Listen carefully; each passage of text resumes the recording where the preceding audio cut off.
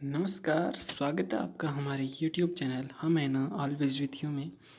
जैसा कि आपको स्क्रीन पर दिख रहा है, वर्धन राजवंश या पुष्यभूति वंश, इसका आज हम अध्ययन करने वाले हैं। देखिए, वर्धन राजवंश का जो शासनकाल था वो था 505 ईस्वी से लेकर 647 ईस्वी तक। ठीक है। और इसके परम प्रतापी राजा होंगे हर्षवर्धन। उसके बारे में डिटेल से बाद में पढ़ेंगे हम। देखिए, जो वर्धन राजवंश थी उसकी प्रारंभिक राजधानी थानेश्वर थी। क्या? थानेश्वर थी। अब देखते हैं इसके शासक क्रम देख लेते हैं, किन किन किन शासक, कौन कौन से शासक हुए और किस प्रकार से उनका शासनकाल रहा। प्रथम पुष्यभूति, ये आदि पुरुष कहलाते हैं, वर्धन राजवंश के संस्थापक कहलाते हैं। फिर आदिवंश के बाद नरवर्धन या थानेश्वर, नरवर्धन या थानेश्वर, इसका शासनकाल 505 ईस्वी से लेकर 530 ईस्वी तक का रहा है। उसके बाद राज्यवर्धन प्रथम आएंगे, उनका शासनकाल 530 ईस्वी से लेकर 555 ईस्वी तक रहेगा। उनके बाद आदित्यवर्धन आएंगे, उनका शासनकाल 555 ईस्वी से लेकर 580 ईस्वी तक रहेगा। फिर देखिए, यहाँ से हम पढ़ेंगे डिटेल से।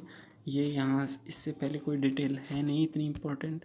देखिए, प्रभाकर वर्धन, इनका शासनकाल 580 से लेकर 605 ईस्वी तक रहा। इनके दो पुत्र, पहला बड़ा पुत्र राज्यवर्धन द्वितीय, जो 605 ईस्वी में गद्दी पर बैठेगा। फिर छोटा पुत्र हर्षवर्धन, जो कि इम्पोर्टेंट है, ये 606 से लेकर 647 ईस्वी तक शासक बना रहेगा। फिर इनकी एक पुत्री होगी राजश्री। ये इस प्रकार से प्रभाकर वर्धन के पुत्र और पुत्रियां होंगी। देखिए, राज्यवर्धन द्वितीय, इसका वध जल्दी ही हो जाता है, इसकी हत्या हो जाती है। इसके बाद में जो प्रभाकर वर्धन है, उसका छोटा पुत्र हर्षवर्धन गद्दी पर बैठता है। फिर देखते हैं, देखिए, प्रभाकर वर्धन के बारे में थोड़ी सी डिटेल्स देख लेते हैं। 580 से 605 ईस्वी का शासनकाल। फिर ये प्रतापी राजा था हूण हरिण केसरी, जैसा कि स्कंदगुप्त ने भी ये उपाधि धारण की थी, लेकिन और प्रभाकर वर्धन के पास भी ये उपाधि है, हूण हरिण केसरी की। ठीक है। नेक्स्ट, इसने पुत्री राजश्री का विवाह मौखरी वंशज ग्रहवर्मन के साथ किया। ग्रहवर्मन की हत्या हो गई, जिसको मालवा शासक देवगुप्त ने मार डाला ग्रहवर्मन को। इसके बाद राजश्री ये जंगलों में चली जाती है। ठीक है। फिर प्रभाकर वर्धन के बाद राज्यवर्धन, जो कि बड़ा पुत्र है, वो शासक बनेगा 605 ईस्वी में, और इसकी हत्या गौड़ शासक शशांक द्वारा कर दी जाती है। फिर राज्यवर्धन के बाद में इसका जो प्रभाकर वर्धन का छोटा पुत्र हर्षवर्धन है, वो गद्दी पर बैठता है, सिंहासन पर बैठता है, और ये 606 से लेकर 647 ईस्वी तक ये राज्य करता है। ठीक है। इसने अपनी राजधानी कन्नौज को बनाई। इसकी जो जानकारी के स्रोत हैं हर्षवर्धन के बारे में, वो हर्षचरित्र, कादम्बरी, पार्वती प्रणय, इनसे मिलते हैं, जो बाणभट्ट द्वारा रचित रचनाएं हैं। ठीक है। फिर हर्षवर्धन खुद एक रचनाकार था। इसने नागानंद, रत्नावली व प्रियदर्शिका की रचना की। ठीक है।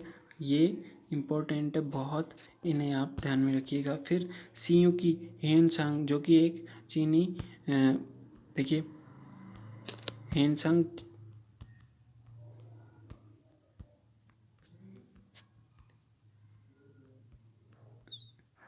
हेनसांग द्वारा रचित सीयू की, इसमें भी हर्षचरित्र का, वो हर्षवर्धन की जानकारी मिलती है। फिर एक काओ सिंह चुआंग, ये इत्सिंग द्वारा रचित है, इसमें भी हर्ष हर्ष के बारे में जानकारी मिलती है। फिर एक बांसखेड़ा ताम्रलेख है और मधुबन ताम्रपत्र है, इन दोनों में भी हर्ष के बारे में जानकारी मिलती है। और ऐहोल अभिलेख, देखिए, ऐहोल अभिलेख ये रवि कीर्ति द्वारा रचित है, बनाया गया है रवि कीर्ति द्वारा। इसमें भी हर्ष के बारे में जानकारी मिलती है। फिर जो धार्मिक प्रवृत्ति थी हर्षवर्धन की, वो थी प्रारंभिक शिव और सूर्य की पूजा करता था। बाद में दिवाकर मित्र, देखिए इस दिवाकर मित्र की सहायता से ही अपनी राजश्री बहन को इसने ढूंढा था। फिर दिवाकर मित्र और ह्वेनसांग के संपर्क से इसने बौद्ध धर्म को अपना लिया था। बाद में देखिए कन्नौज की धर्म सभा। अब देखिए दो दो धर्म सभाएं होंगी, दो सभाएं होंगी, एक तो कन्नौज की और एक प्रयाग सभा। कन्नौज की धर्म सभा 643 ईस्वी में होगी। इसके बारे में डॉक्टर राधा मुकुंद मुखर्जी ने कहा कि ये धर्मों का महासम्मेलन था, ठीक है। और इस सभा का जो अध्यक्ष है वो ह्वेनसांग रहा, जिसने महायान जो संप्रदाय है बौद्ध धर्म का, उसका प्रचार किया। फिर आती है प्रयाग सभा, इसे महामोक्ष परिषद भी कहा गया। तो ये हो गई इसकी धार्मिक प्रवृत्ति और धर्म से रिलेटेड जो भी इसने कार्य किए वो। फिर विदेशी संबंध, चीन में इसने दूत भेजा। रिप्लाई में चीनी शासक ताइंजुंग ने 2 बार भारत में दूत भेजे, ठीक है। ये विदेशी संबंध हो गए। फिर इसके जो दरबारी कवि थे वो थे बाणभट्ट, मातंग, दिवाकर, मयूर ने सूर्य शतक, खंड प्रशस्ति और मयूर शतक की रचना की। हर्षवर्धन स्वयं एक कवि थे, देखिए बात कर चुके हैं। नागानंद, रत्नावली और प्रियदर्शिका इनकी रचना की थी। फिर बाणभट्ट ने हर्ष को सर्व चक्रवर्ती नाधौर्य चतुह समुद्राधिपति कहा। क्या? सर्व चक्रवर्ती नाधौर्य चतुर समुद्राधिपति, ये बाणभट्ट ने कहा। और चालुक्य अभिलेखों में सकलोत्तरापथनाथ, ये चालुक्य अभिलेखों में हर्षवर्धन को कहा। और ह्वेनसांग ने पंच भारत का स्वामी इसे कहा हर्षवर्धन को, ठीक है। नेक्स्ट, ह्वेनसांग ने भारत में 629 से लेकर 644 ईस्वी तक निवास किया और उसने अपनी पुस्तक लिखी सीयू की। और इसने अपनी जीवनी की जो जीवनी लिखी वो वेली नाम है उसका, जीवनी का, ठीक है। पुस्तक का नाम सीयू की और जीवनी का नाम वेली, ये आप ध्यान में रखिएगा। सीयू की को ज़्यादा पूछा जाता है तो ये इम्पोर्टेंट है। फिर बाद में बात करते हैं हम जो इसके हर्षवर्धन के समय शिक्षा का जो केंद्र था वो प्रमुख केंद्र कौन सा था? नालंदा विश्वविद्यालय, ठीक है, जो मौर्य वंश में तक्षशिला था, अब नालंदा विश्वविद्यालय हो गया, ठीक है। फिर प्रसिद्ध नगर कन्नौज था। इसके शासनकाल में पहले पाटलिपुत्र था। पहले जो प्रसिद्ध नगर था वो पाटलिपुत्र, और इसके शासनकाल में कन्नौज प्रसिद्ध नगरों की श्रेणी में आ गया। फिर ऐहोल अभिलेख 634 ईस्वी, जिसमें पुलकेशन द्वितीय और हर्षवर्धन के मध्य एक भीषण युद्ध हुआ, जिसके बारे में ऐहोल अभिलेख में जानकारी मिलती है। इसमें पुलकेशन द्वितीय की विजय हो जाती है, ठीक है। और हर्षवर्धन शिव, सूर्य, बुद्ध का उपासक, ये हम पढ़ चुके हैं। सभी देवताओं का अवतार हर्ष चरित्र में इसे कहा गया। हर्षवर्धन को सभी देवताओं का अवतार बताया गया है, किसमें? हर्ष चरित्र में। फिर हर्षवर्धन के समय जो कर चलन में थे वो थे भाग, उपज का 1/6 भाग, हिरण्य जो नगद राशि के रूप में लिया जाता था, बलि राजा को स्वेच्छा से दिया जाने वाला कर या कुछ भी भेंट, वो बलि कहलाती थी। फिर हर्षवर्धन के समय महत्वपूर्ण जो अधिकारी थे, देखिए महत्वपूर्ण अधिकारी सिंहनाद, मुख्य सेनापति को सिंहनाद कहा जाता था।